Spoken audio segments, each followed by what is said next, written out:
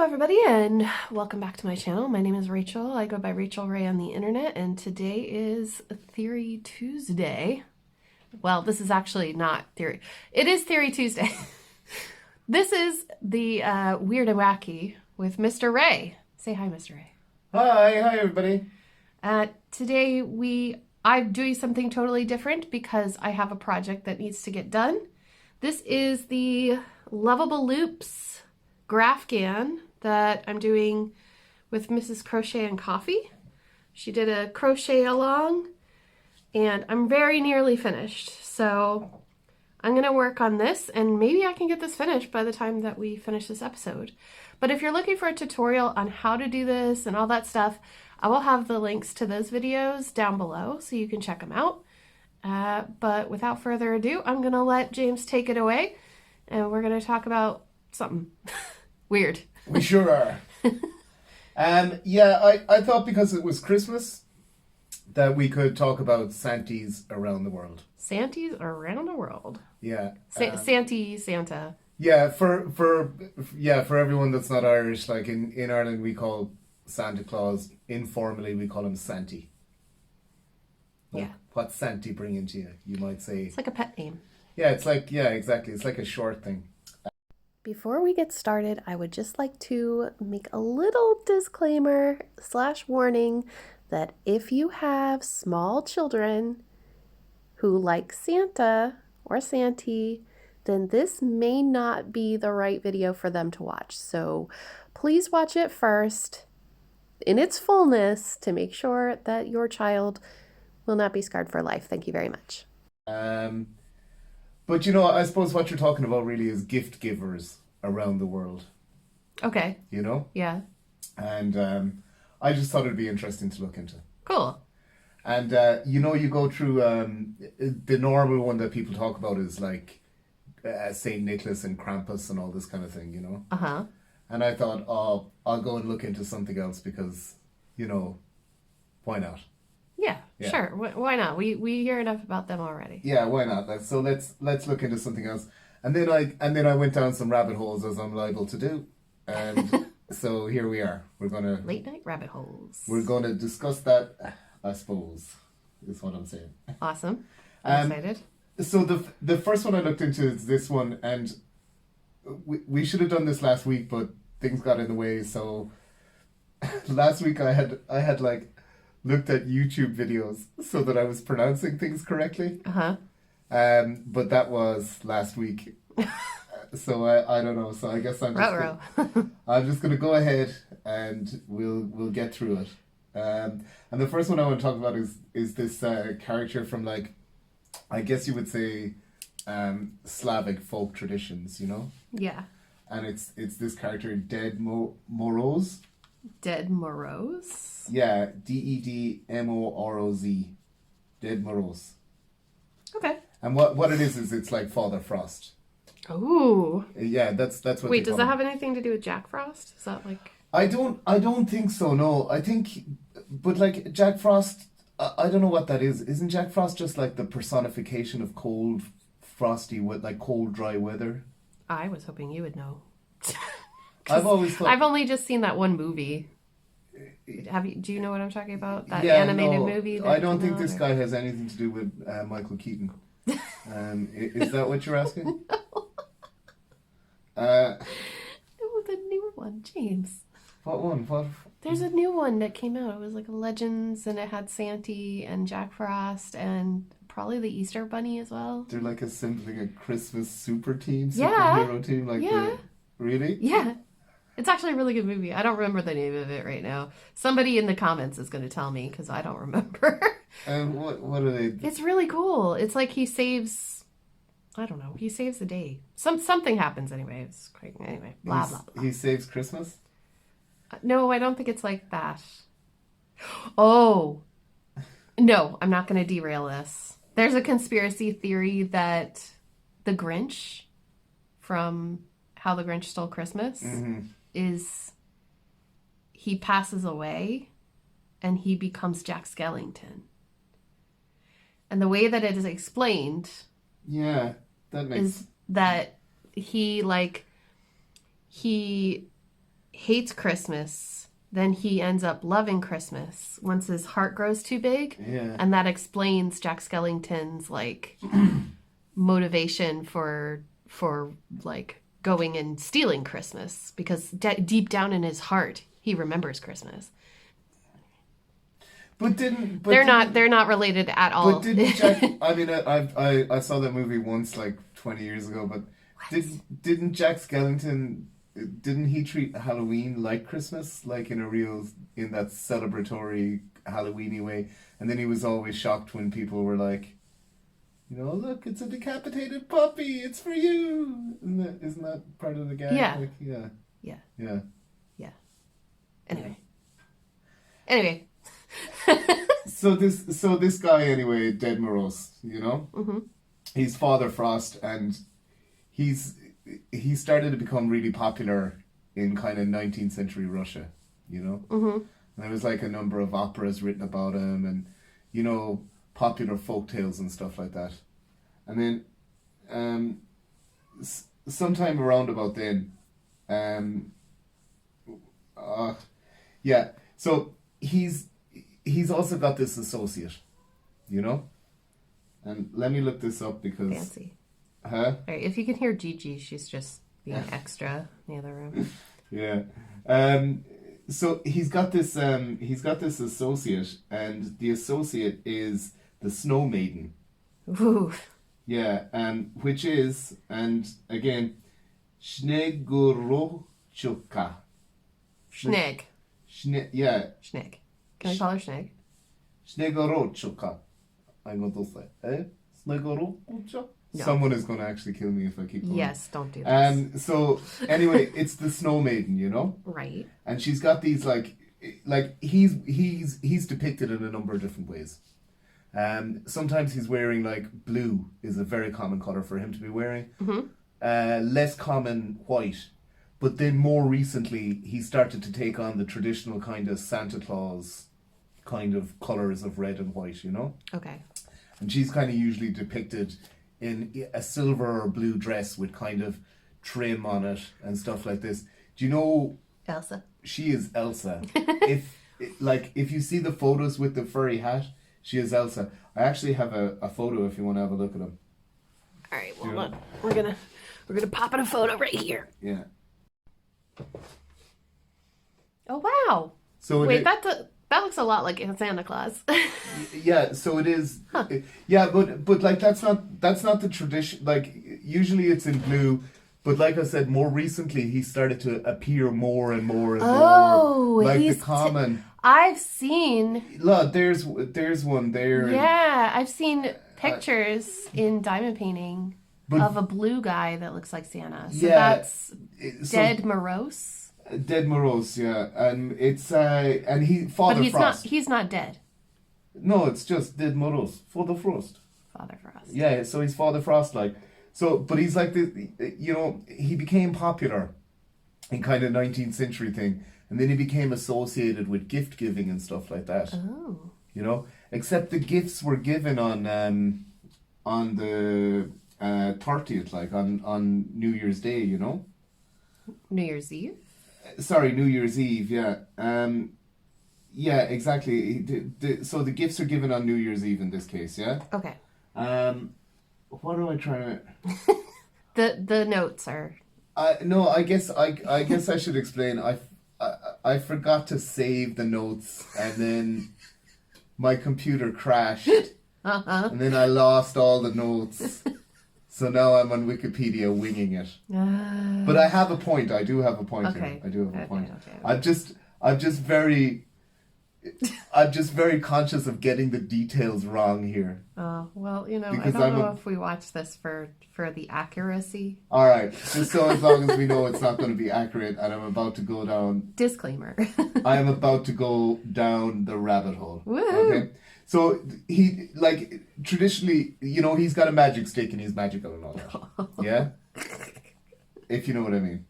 And he's actually a resident. Be in trouble. Yeah, he's actually a resident of a region, Volgograd Oblast. Where is that? it's in Belarus. Oh, hang on. It's in the north west of Russia. Northwest. Yeah, Gotcha. it's kind of in the Finland area. Oh. Do you know? Mm-hmm. But it doesn't border Finland. It's like the Scandinavian-Russian border. Yeah, but it's a good bit in Russian territory from the Finland, because the Finns, of course, someone in that area, I believe it's Finland, claims that they are the home of the actual Santa Claus. Well, you can go to Lapland and meet Santa Claus, like, you know. What is Lapland? It's the land of the Lap. The land where you sit on the lap? No, I believe they're nomadic reindeer herders. Oh, there's a people called the Lap. Yeah, I believe so, yeah. And Does that have anything to do with the Lapland that's here where kids go to sit on Santa's knee? Take photos. Yeah, they named that after this because like in the... Because I thought it was kind of weird. It's not... Actually, we can get into this later because it's not even a... It's just it's a tourist gimmick. You know, you can pay like money to go up and visit Santa Claus. And I actually have spoken to parents that have done it. Yeah. You know, and they said it's like a pile of money and you get like rushed in and out, and, you know, it's a photo with Santa Claus, and, you know... But on the whole, I think they enjoyed it, you know? But they said, like, it's like 5 days and you're, like, rushed up there and you're, like, you know, especially if you're coming from here, like, you're driving all the way to Dublin and you're getting on a plane, and then takes ages to get to where you're going in Lapland. Crazy. Anyway, look, we're getting off topic. We're getting off topic, right? Right. So, basically, it's Father Frost and the Snow Princess, you know? Yeah. And they give you gifts on... New Year's Day. New Year's Eve. Yeah, they give you gifts on New Year's Eve, yeah? But, what is the crack here? Yeah, so they give you gifts on New Year's Eve, and it's a traditional thing. Usually it's left under a tree or whatever, you know? Mm-hmm. And they don't necessarily have to give it to you in person. One of their agents can do it as well, apparently. But I remember that from my notes, but I haven't. Like an elf. Yeah, but I can't find it here to back it up, so don't nail me to the wall on that one. Don't come after him, guys. Yeah, so they become popular during the 19th century, you know? Yeah. There's plays and operas and stuff written about them. And in a way as well, they get softened. Because, like, they used to punish children and stuff like that were naughty. Oh, right, yeah. You know? But, like, that's not what they do now. Mm-mm. And then... in October of 1917, the proletariat rose up and there was a revolution in Russia. And the nascent communist state there decided that our friends, Father Frost and the Snow Princess, were, let me get this up for you here now, bourgeois and religious. So they discouraged any kind of Christmas-based activities. Ah. Yeah. And what was it like? Oh, that's when like the whole Tsar stuff happened as well. Yeah. So exactly. So the peasants, which they call like the proletariat, like rose up and, you know, got rid of the bourgeoisie, you know. Yeah. Who were kind of like a middle class, but also the aristocracy. Mm-hmm. Yeah. So they got rid of... And when I say middle class as well, I mean it in the factory owning sense. You know what I mean? Not in the factory... Not in the... Yeah, factory owning, large land owning, you know what I mean? Yeah. I don't mean... Yeah.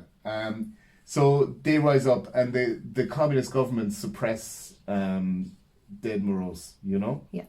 And everything. Because on account of it being bourgeois and religious, you know, and everything like that. Mm-hmm. In 1928, in a newspaper... they declared that Father Frost and the Snow Queen were, quote, an ally of the priests and the kulak. Okay. Yeah. And a kulak, for your information, is someone who owned over 8 acres of land. Wow. So that's what made you rich back then. So they suppress all this, you know? Mm-hmm. And they try to delegitimize it. They try to say, oh, that's silly, that's all bourgeoisie and all that, you know. But then in 1935 in Pravda, which is the state, it still is the state newspaper in Russia, you know. Okay. It's like it's the Russian state newspaper. It's owned by the state, like it's published by the state, you know. Mm-hmm. This guy, Pavel Postevsky, Mm-hmm. okay? He comes along and he publishes an article that says, no. Father Frost and the Snow Maiden are not, you know, in league with the priests or the bourgeoisie. They're an old folk tradition that goes back much, much further than that, you know? Yeah. And we can't really outlaw it. Plus, things are getting grim enough around here. I think it would be good if the kids got some gifts at Christmas and everyone rejoiced and they were back on the menu. Okay. Yeah, so they're, you know, they're played with in that way by the Russian government, you know. Mm. And then in the oh gosh, I have to look this up as well. Then like in the 1990s, you know. Oh wow, I was actually thinking 1990s. Okay. What? I was actually thinking 1990s before you said it. Yeah. Then this Like Home Alone came out, and then so there's everything this changed. There's this town. Yeah, the Cold War is finally over. So do you remember that town? It's a specific town. It's a 2-word town. This is not a game of charades. I just don't want to attempt to try and pronounce the name of this town. But it is in a place that I will mispronounce in a region called Vologda Oblast. You know, and that's that region. And that's the town that traditionally Father Frost is supposed to come from. Yes. Every year they get 2 million letters to the post office addressed to him. Wow. Yeah. He's really popular. On January the 7th, 2008, Vladimir Putin Oh no. visited the actual town, and he's walking around. I have a photo of it, but I don't want to show it to you because You can look it up. No, I have it right here. Do you want to see it? Do I have to stop the video? Well, I think people should see Vladimir Putin, but Hold on, wait. Don't let me see it. Oh, gosh, hold on. Hold, please. so this is Father Frost, and he's like, yeah, that's right, Vlad. You know, I used to dress in this blue and in the white, but now, you know, I like the red. I'm starting to get into the red recently. And Putin's like, don't call me Blade. Oh my god. I should stop doing accents. Don't do accents. Oh, dead. D-E-D. D-E-D. Yeah, D-E-D, dead. I was picturing like a zombie. No. He's very much This alive. is the weird and wacky James. He's very much alive. So the crack is like Putin visited this place, you know? Yeah. In November, and he did that in in January the 7th, 2008, right? Then Glasnost. Do you know what Glasnost is? It's like the American thing where they track the missile NORAD. You know the way NORAD tracks Santa every year? Oh, yeah. The North American missile defense thing? Yeah. Yeah, well, there's a Russian version of that called Glasnost. And that has been tracking Santa since 2009, the year after Putin went to that town. Wow. But it's like, I guess what I'm trying to say is that, like, this got me thinking that, like, Santa and Santa Claus as a tool of like, propaganda, essentially, you know? Am I making sense? Am I way out on a limb? No, I'm just gonna have to put in a disclaimer before we start this video. Why? I don't want any kids to hear this. Oh golly, definitely don't. Yeah. Oh no, golly, don't. Don't let your kids listen to this if they're, you know, in the magic phase. Yeah, don't. Yeah, oh god, no, don't. Okay. Yeah, maybe. Okay. And I started, and you know what got me thinking about it? I was like, gee, that's interesting. But then, like, because, like, Santa is essentially a tool of propaganda as well. Like, I have no doubt that Santa would not be as massive as he is now if it wasn't for... The Coca-Cola ad? No, not the Coca-Cola ad, but how easy it is to hitch the very positive vibe of Santa to consumerism. Yeah. Do you know what I mean? Yeah. And how easy it is. Because, like, there's no way Christmas would be as big a festival as it is if it wasn't for how easy it is to hitch gift giving to consumerism.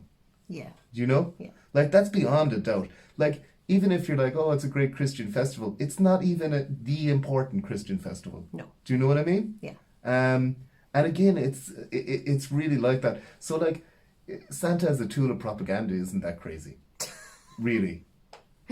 You know? Yeah. So then I thought, where's this gonna go next? So then I thought, what's up with Santa as a tool of propaganda?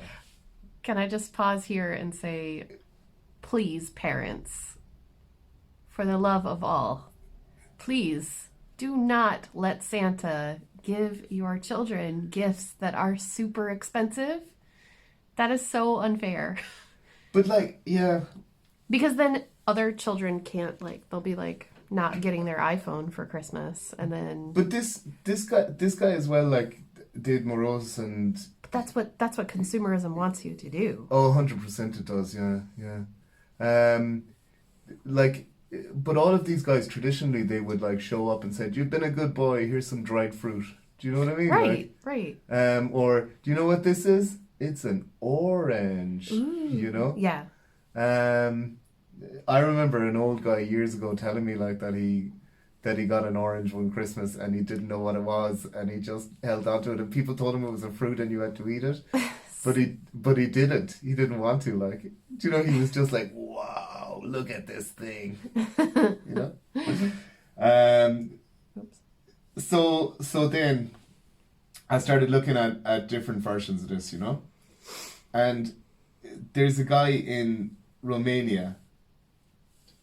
And he's a version of Dead Moros, you know, okay. Because Dead Moros is all over kind of Slavic speaking countries and stuff like that. Mm-hmm. Although I don't believe Romanian is Slavic, but you know what I mean, Eastern European countries. Yes. Yeah. So it's all over that. So they had this character called Mos Hrekun, I'm going to say. But that's definitely pronounced wrong, yeah? And he was the same as Father Frost, you know? Mm-hmm. He would come and he would give gifts to the kids and all that, yeah? Yeah. Now, the gifts that he would give to the kids were very simple, you know? Mm-hmm. Like you would get, again, like I said, fruit and stuff like that. Yeah. But Candies it was... and things. Yeah, exactly. Like, but it was the same kind of thing, yeah. But then, what was I going to say? So then, like, this is really hard to explain by looking at this Wikipedia page, and I read a few articles about it, and I actually had the notes so that I had the timeline worked out. You know. But let me just put it like this.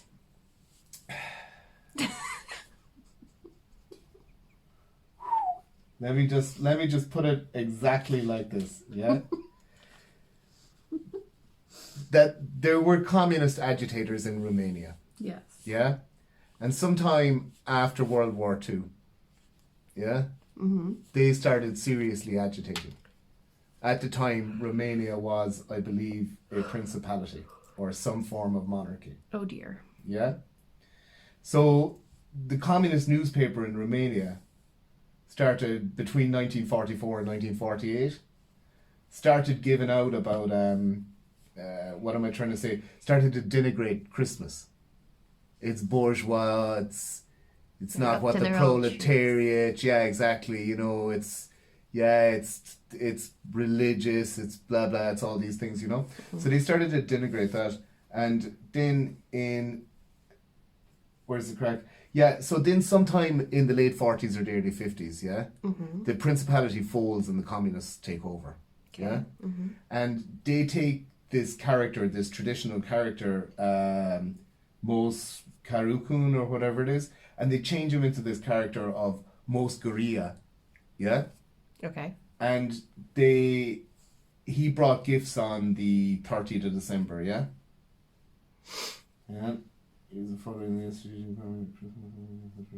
Yeah, so that's the crack. Traditionally he gave, I can't see it here, but he used to bring gifts on a different day, probably the 6th of December. Do you know? Yeah.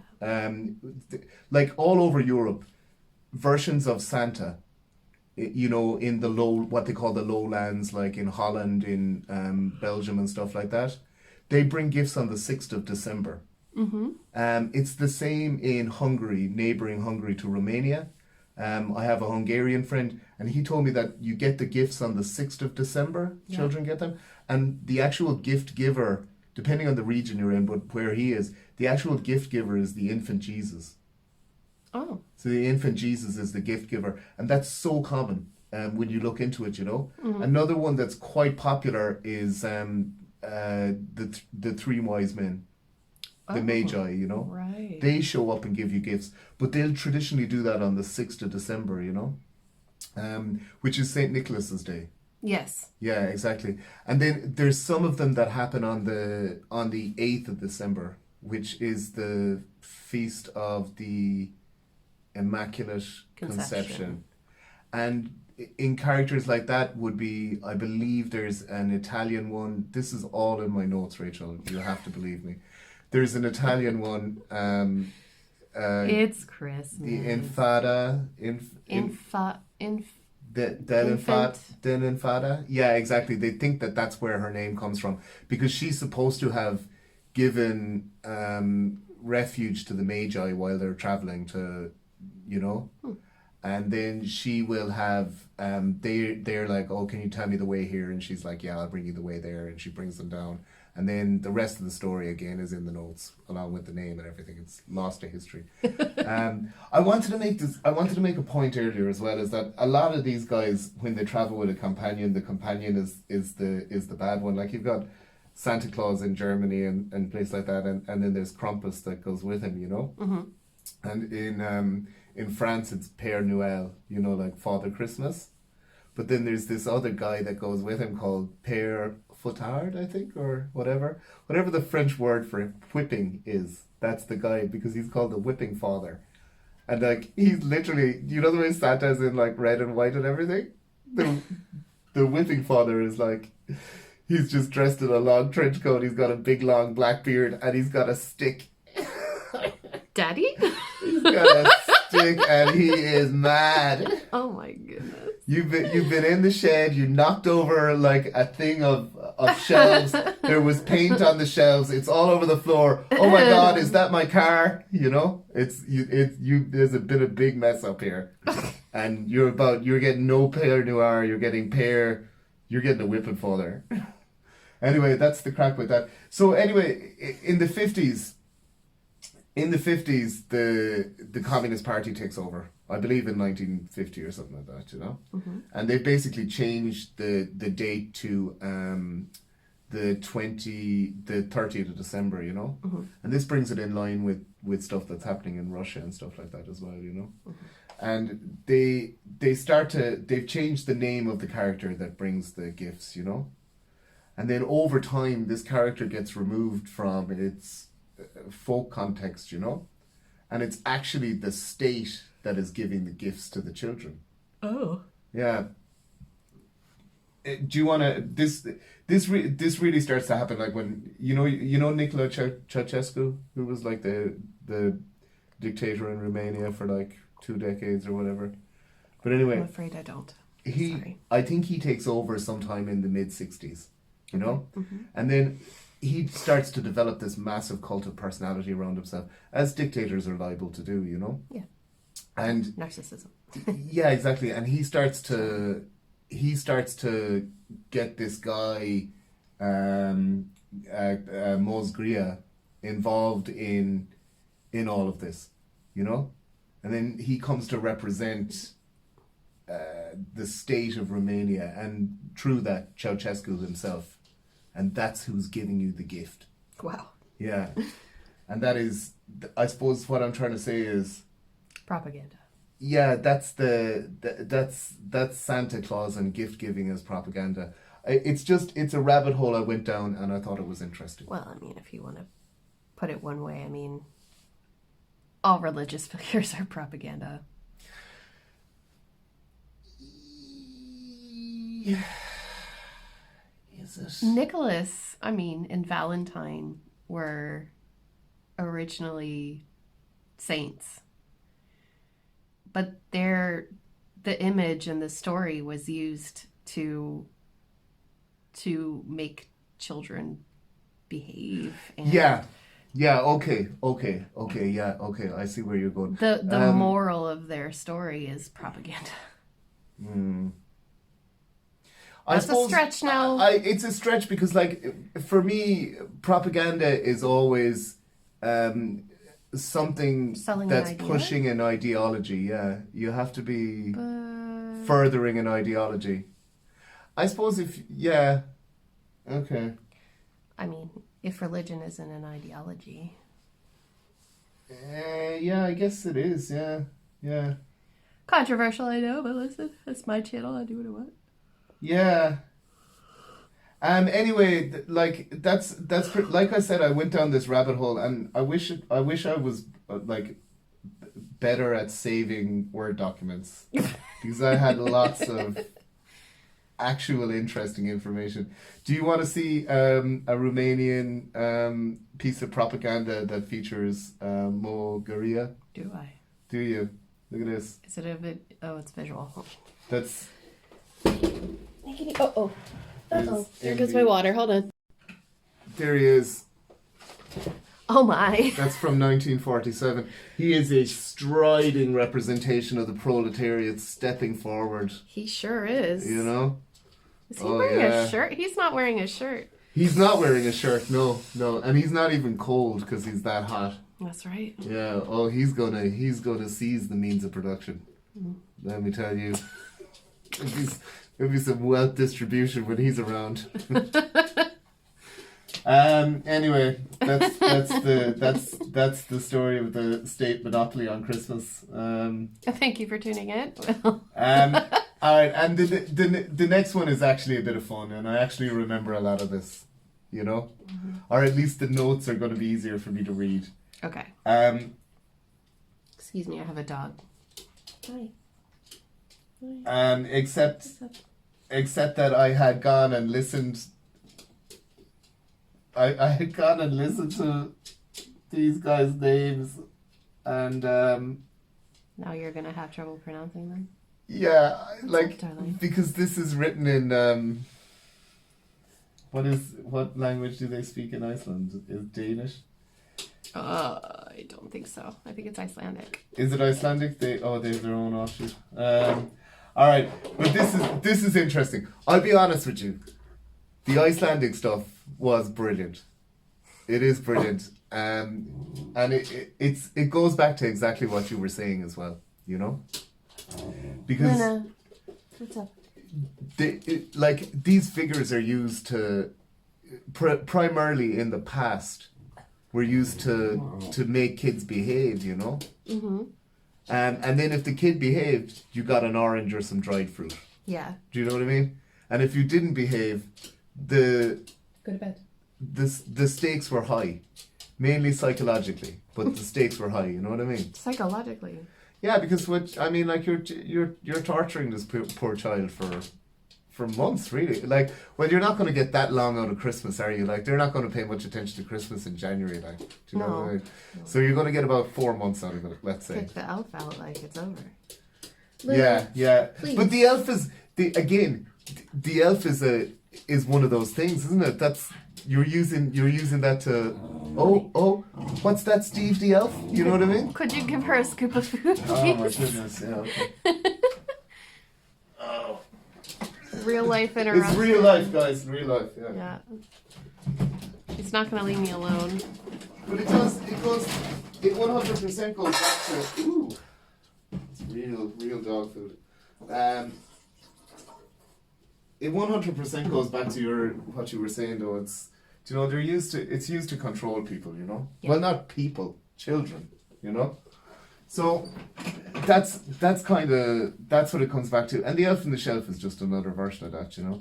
Like what's the elf on the shelf if not just some G-man for Santi? Do you know what I mean? Isn't that what he is? He's like G-man, Santi G-man. What's a G?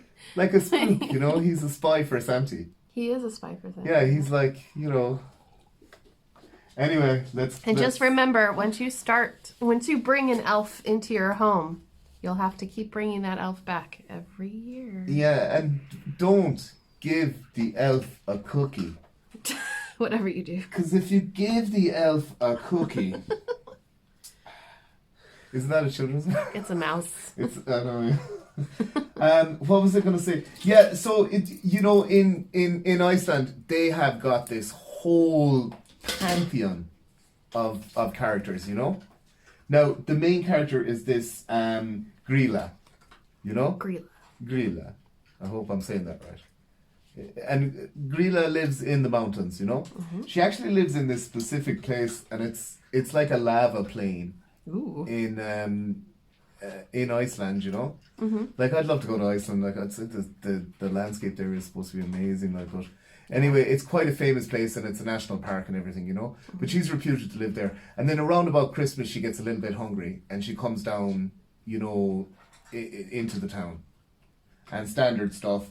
She basically eats kids, but like, she'll just basically come down, throw them in a sack, take them home and cook them, Yummy. Now, the thing about children, Rachel, I don't know if you know this, but the tastiest children are the most disobedient ones. Oh, yeah. Every time a child says, "No, I'm not going to do that," or don't brush their teeth. Mm-hmm. Oh, yeah, that makes them you're building in like tenderness every time, Seasoning. So the more disobedient a child is, the tastier they are. Yeah. And she's going to want to eat those. Yeah. Yeah. So she comes down from the mountain and she gets it. She lives in the mountain with her husband, yeah, who is called Lepaladu. Lepaladu? Hang on, I'm going to go have another run at that. Lepaludu. Lepaludi. Okay. All right, I got it. Good. I absolutely didn't get that answer. She lives up there, and like he's a similar kind of troll character. They're very large, like Okay. Yeah, like they're very big and stuff. Do you know what? Will I show you a photo of them just so you get an idea of some of the traditions? Like people have they have a whatchamacallit. They have like a, what do you call those, parade, like? One of them. Yeah, one of them parades. Okay. And people. Oh, wow. People dress up as them and they walk through the streets and stuff like that, yeah? Grilla. And Lepaludi. No, that's not a D. Lepaludi. Whatever. Yeah, I think. Well, anyway, so they come down from the mountains and they walk around the place, Except that he's reputed to be extremely lazy. Ah. So she goes out and grabs the disobedient. So he likes the nice ones. Well, he just, that's what they say. He's just famous for being incredibly. No, I mean he eats the nice children. No, she brings the kids back. She got to do all the work here. She has to do all the work. Yeah, she has to do all the work here. Typical. And they also have this cat called the Yule cat, And the Yule cat. Yule cat. Yeah, the Yule cat is similar to Grilla, Yeah. In that it will eat children, But it actually eats children who have not received any new clothes to wear before Christmas Eve. Oh, so it puts onus on parents as well. Yeah, disobedient children, but also children. Yeah, exactly. It kind of puts the onus on children, so children that if it's on the parent. Yeah, on the parents to get these new clothes for the kids, which is socially responsible, and again, you know what I mean. But it's nice to see the parents getting it as well in the neck. You know what I mean? Yeah. Can you imagine being a kid and it's the 23rd of December, and you haven't got anything, not even a new pair of socks? Listen, I would start panicking. I'm gonna call what's her name? Grilla. I'm gonna call Grilla. Yeah, and Lepaludi, I think. That guy. I'm starting to warm to my mispronunciation now. Lepaludi. Anyway, I'm pretty sure that is how you pronounce it anyway. Well, I don't know about that. So yeah, this is the big Christmas tradition, And there's another one then. Grilla and Lepaludi have 13 children. You're saying it like it's Italian. Lepaludi. No? Is that not it? That sounds Italian. Okay, let's just call him Larry. Right, Larry. Yeah, so Grilla and Larry. Yeah. They have a whole shot of children. I'm pretty sure it's like 13 children. They do. They have 13 children. And biologically? Yeah, biologically. Oh my goodness. Oh yeah, they're all up there in that volcano place. Let's not talk about this. This is a PG-13 place. Okay. But they have 13 children, right? Okay. And then reputedly between the 12th of December and the 24th of December, these 13 children arrive and a new one arrives every day. And they arrive for mischief. You know? Do you want to hear some of these guys? Yeah, go on. On the 12th of September, you'll get the sheepcote clod, who harasses your sheep. But he actually has a little impairment in that he can't bend his knees. So he's running around like this with straight legs, and he's harassing your sheep. He's going like this. He's running around like that, harassing your sheep. There's another one. There's the pot scraper. Oh. And he steals any leftover food that's left in the pot. You know, when you're there, you're like, oh, I'm still a bit hungry. You know what? I'm gonna get another bowl of this. He steals that food.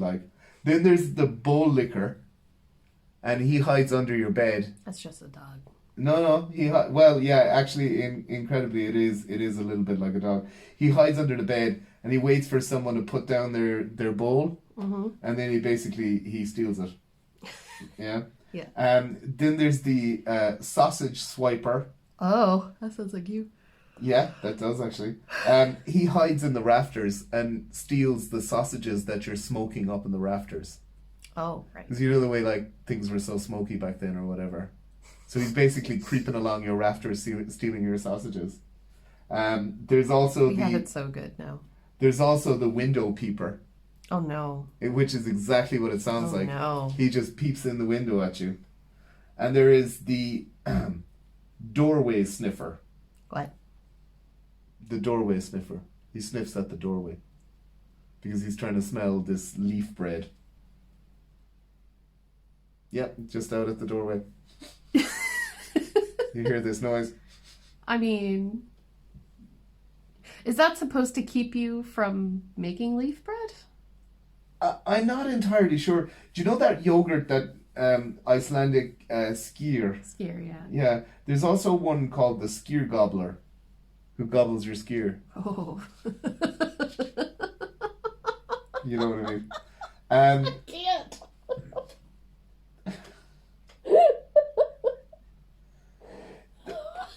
There's a guy called Stubby. Yeah. And Stubby is abnormally short, and he's got abnormally short limbs and everything, you know?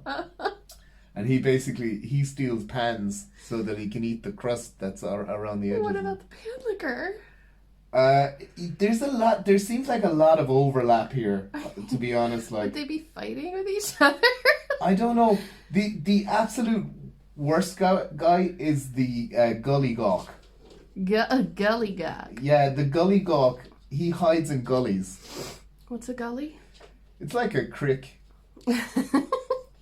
You know, so proud. Did I say it right? You did. My pronunciation's getting real good. It's like a crick, a gully. You know, it's like a dry riverbed, yeah. Yeah. And he's waiting for an opportunity to sneak into your cowshed and steal the milk. All of these guys, every single one of them, are just there to steal food from you. Wow. You know? That's except for everybody. I mean, the bowl licker, pot scraper, spoon licker. Spoon licker just will lick your spoon. Just get your spoon and lick it. Mm.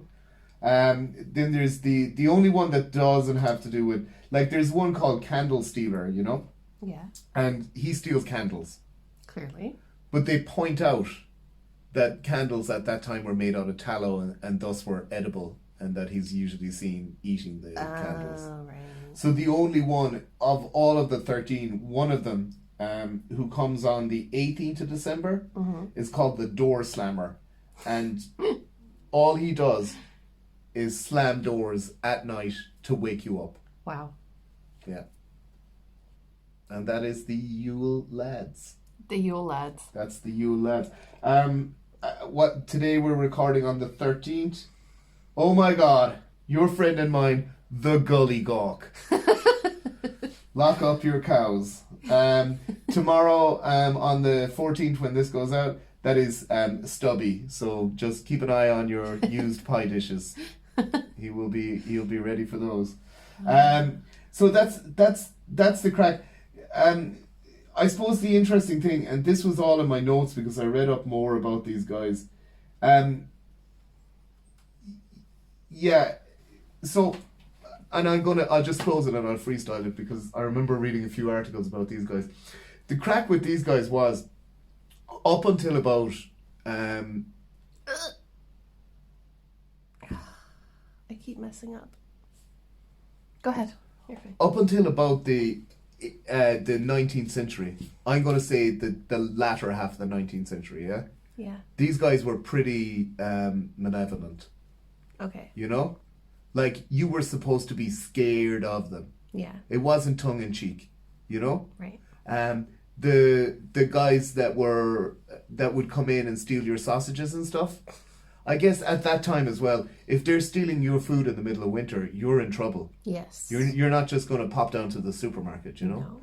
But apparently depictions of them and the stuff that they were described doing was much more benevolent, and malevolent, and you were supposed to protect yourself from it, you know?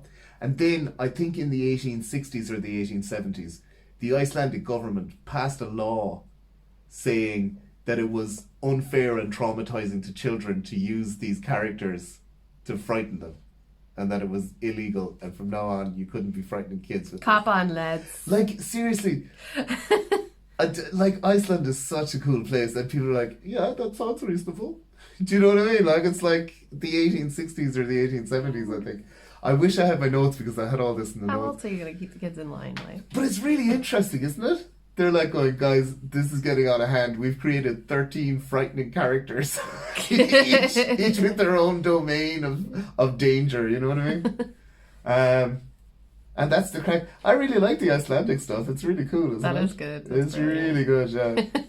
I love the way the cat is like, you're walking down the road, it's Christmas Eve, and you're just nearly getting to your house, and then suddenly this cat comes up and is like, hey kid, that a new jacket? Yes, Mr. Cat. All right, carry on. Happy Christmas. Hey, Bobby. Did your mom get you new shoes? She did it. Take me to your house. That'll be it. That'll be the last thing Bobby ever heard. Like, just. Is there anything here in Ireland that you have like that? Is there anything we have like that? Not at Christmas, really. No.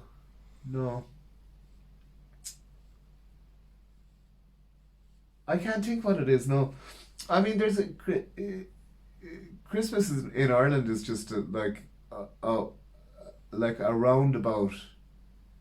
Well, around in rural areas anyway, like is just a roundabout of people showing up to each other's houses with tins of biscuits and like bottles of booze, you know. Basically. But what about the wren? But the thing is, yeah, I mean, there's the wren. Can you tell the story about the wren? I can't really.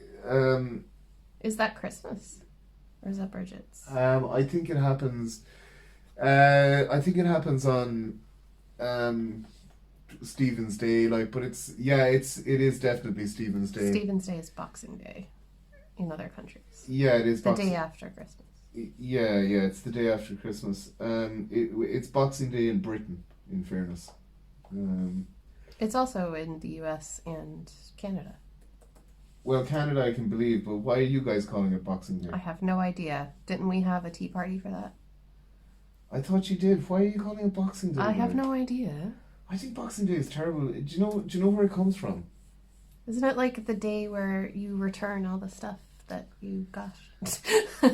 on the day after Christmas, I could be wrong about this, like, but on the day after Christmas, those more fortunate than you, your betters, if you will. Oh, boxes. Yeah, would box up the food that they hadn't eaten and give it to the poor.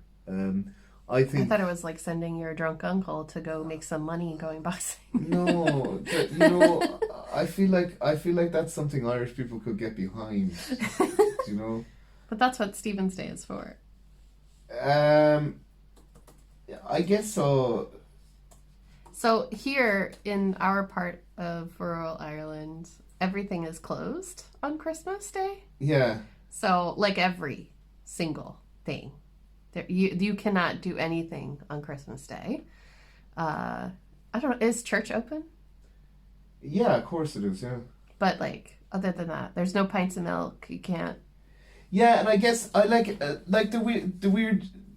Yeah, I mean everything closes down. I saw this post online from someone, and they were like, "Hey guys, we're going to be visiting we're going to be visiting Ireland over Christmas. We've got an Airbnb. Can you recommend a good place to get Christmas dinner on Christmas Day?" It was like, ooh, everybody online like going, I'm not gonna, I don't know how to break this to you, buddy. Make friends with someone. And they're like, we're arriving into the Airbnb late on Christmas Eve. It's like, oh no, the shops will be closed at 6. Yeah. Like everything shuts down. Like I suppose the Wren thing is weird because like the Wren is this kind of festival, like an ancient. I'd almost ascribe some kind of pagan thing to it, you know. Yeah. It's that old, like, and the guys put on these big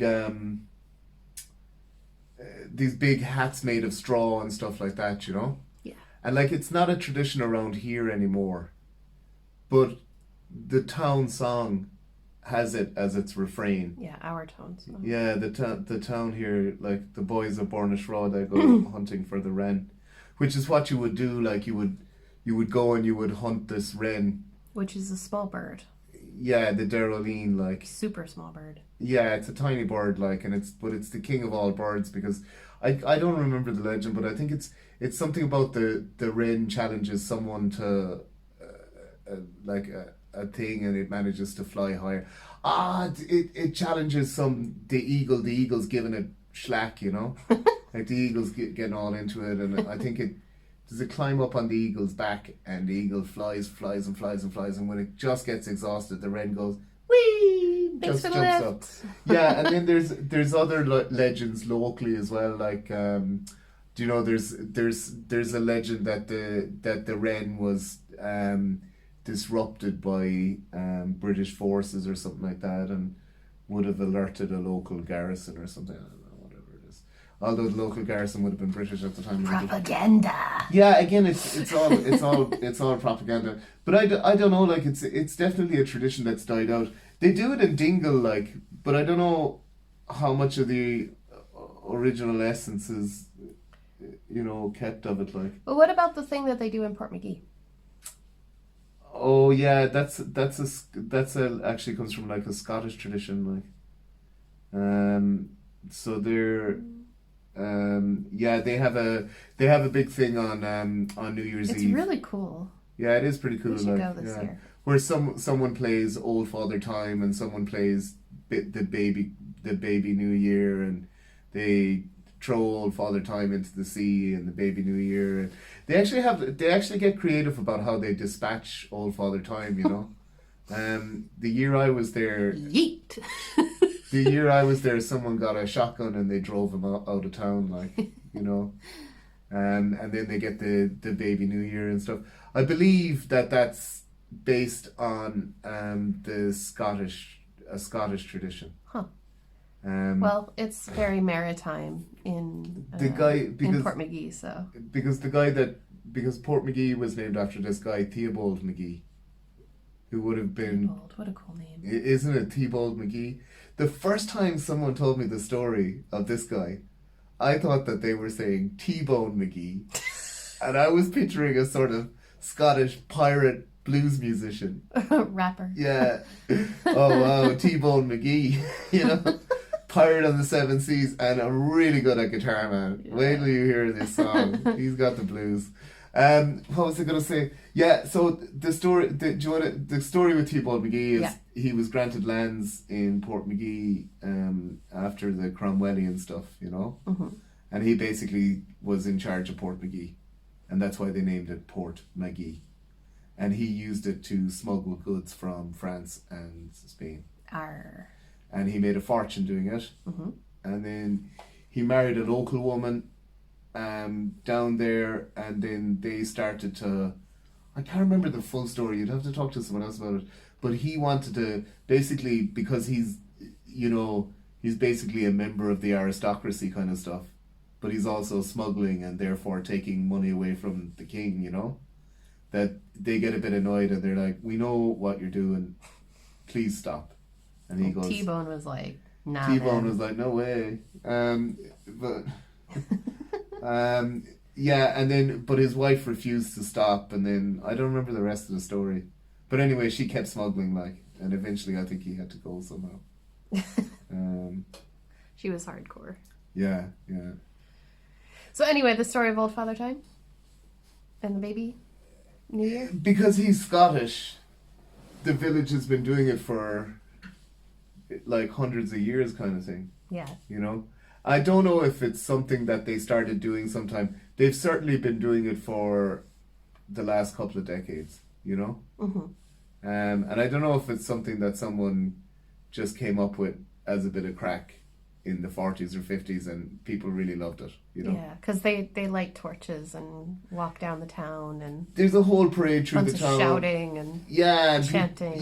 People are dressed as, someone's dressed as the old thing, and then they bring a baby New Year off the boat. They don't use a baby, they use a man. Yeah, it's just a person in a diaper with, you know, it's like a grown up in a diaper with a thing, like, and it's an honor. But the other guy is, you get to, they have a vote about who's going to be Old Man Time and who's going to be the New Year, and you can win it. Our friend Bernard Casey was the New Year one time, like. If you haven't checked out Bernard Casey, I'm going to link him down below. You should definitely go check him out. Oh, yeah. He's such a fantastic, talented comedian. Yeah, he's yeah. Did we buy those tickets, by the way? No. Oh. Not yet. Okay. But I will. So that's it. Santa Claus, Santa around there's Northern Europe. there's loads of them as well. Like when you there was a guy in Japan and Korea, and basically they're the same guy, and they just call him, like, you know, Grandfather Christmas or gift giving. Santa-san was one of them. Santa-san. Yeah, do you know what I mean? And it's, I don't know. Like, what's Santa all about? Because, like, if you think about it, for me... Let's get existential. No. Santa Claus... Well, it's not existential. Like, for me, it's philosophical. Like, for me, the point... Santa is the point where you are no longer a child. Do you know what I mean? Like, pre-Santa, your life is full of wonder and magic. And after it, grown-ups are telling you, no, that's all lies, and now you have to lie with us to the younger children. Because now, my friend, now you are a grown-up. Do you know what I mean? Like, and now it's your burden to carry the lies. Do you not think so? Like, that's Santa is the dividing line between childhood. I think it's just that it's difficult to take that wonder and merriment away from a child because they're born naturally with it. And you could argue that there is magic in the world. Especially a lot of people who are religious would say that miracles happen and, you know, things that we can't explain happen. So there is magic. So it's harmless to use Santa as a catalyst for kindness and giving. Yeah. To show like a, you know, to make kids more empathetic. I mean, I'm not. But that's not how Santa's used. I'm not right now. I'm not anti-Sant, like, you know. Anti-Sant. I don't think, and it's without a doubt it is an amazing thing, you know. Yeah. And even. But if it's just us, like, we don't even have our Christmas lights on because. Well, I think the batteries are dead, but. Oh yeah, we've got to get around to doing that. Oh, did I show you all my Christmas bush? I'm going to show you my Christmas. I'll put in a picture. Oh, let me turn the thing again. Okay. That's your What do you think? What do you think of my Christmas bush? Yeah. Because what's the point of getting a big tree when you don't have a kid? And I also have moral issues with Christmas trees. Of course. We want a living tree that we can plant. Yeah, exactly. You're going to have to go to John down the road and be like, listen, bud, we want to pay you more to get a living tree every year. Where's this? The guy down the road. Oh, you're going out of town. Oh, I wouldn't worry about it. Unless you want to go over the water and dig one up. I was talking to a guy today, and he said, "Oh, I gotta go get a Christmas tree there." And I said, "Really?" He goes, "Yeah, I'm checking out 3 or 4 different trees." He goes, "But I don't know which one I'm going to get. But anyway, it's getting late, so I better mark it now and just go get it later on tonight." which is a reference to stealing a Christmas tree. Yes. He was winking at me when he said that. He was joking. So, I mean, I'm actually losing the train of thought now about Santa Claus. Well, I'm almost finished with this whole thing. With the whole shawl? Yeah, it's not a shawl. It's a blanket. Well, it's supposed to be a blanket, but okay. Maybe I'll just talk about the blanket for a minute. Yeah. If you're done talking about Santa. Suppose I am. Yeah. I mean, I don't want to cut you off or anything. No, I was just rabbiting on, really. Well, I have had a blast doing this corner to corner Grafgan that Mrs. Coffee brought us onto. Oh, I'm not going to finish on this video, but I have had a blast. See, I only have to match up those corners, so now it's just going to be purple. Oh, it's with I'm going to finish with the last color. Or? Yeah. Oh yeah. So that's all going to be purple. Why is it called a Grafgan? Oh, it'll be. Oh, that's it's made from a graph. Do you know what? When you were showing this to me last week, and you were talking about, oh, it's going to be quite difficult, and there'll be this bit, and I was like looking at it going, like, I've seen you show me like cross stitch patterns that were like crazy. Do you know what I mean? Well, but I didn't realize at the time it was It's kind of like, because each one of these squares is a square that you're yes, crocheting. It's one of those. So you're pixeling as well. It's a pixel. It's very similar. That's cool. I like that. Isn't it cool? Yeah, it is cool. So Miss Coffee was hosting a Grafgan. I forgot to put that behind. Anyway, I'll stop talking because I keep messing up. But I'll show everybody where I am. I made a mistake somewhere. I don't know where it is. I don't want to know where it is. But oh, that's cool. Isn't it cool? Oh, that's really nice. So it's going to be probably a giant pillow, or I don't know. I could see that being a sweater. Really? Couldn't you just put some arms on it or something?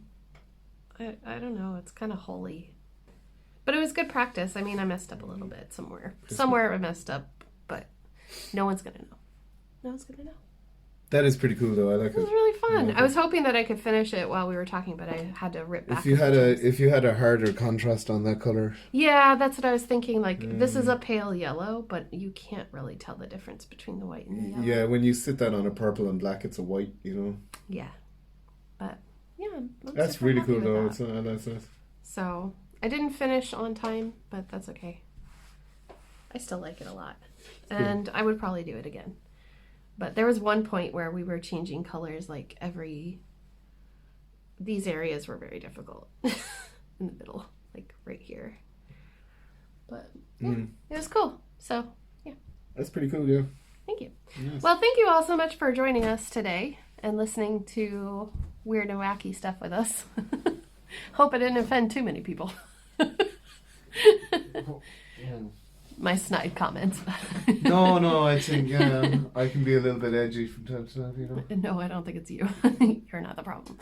But anyway, thank you all so much for watching. If you listen to the end, could you pop in a Santa emoji? And I hope that you're having a wonderful season. If you're not celebrating Christmas, but you're celebrating some other holiday, happy holidays. I know that it's going to be, it's leading up to Christmas itself. And I know things can be really stressful around this time.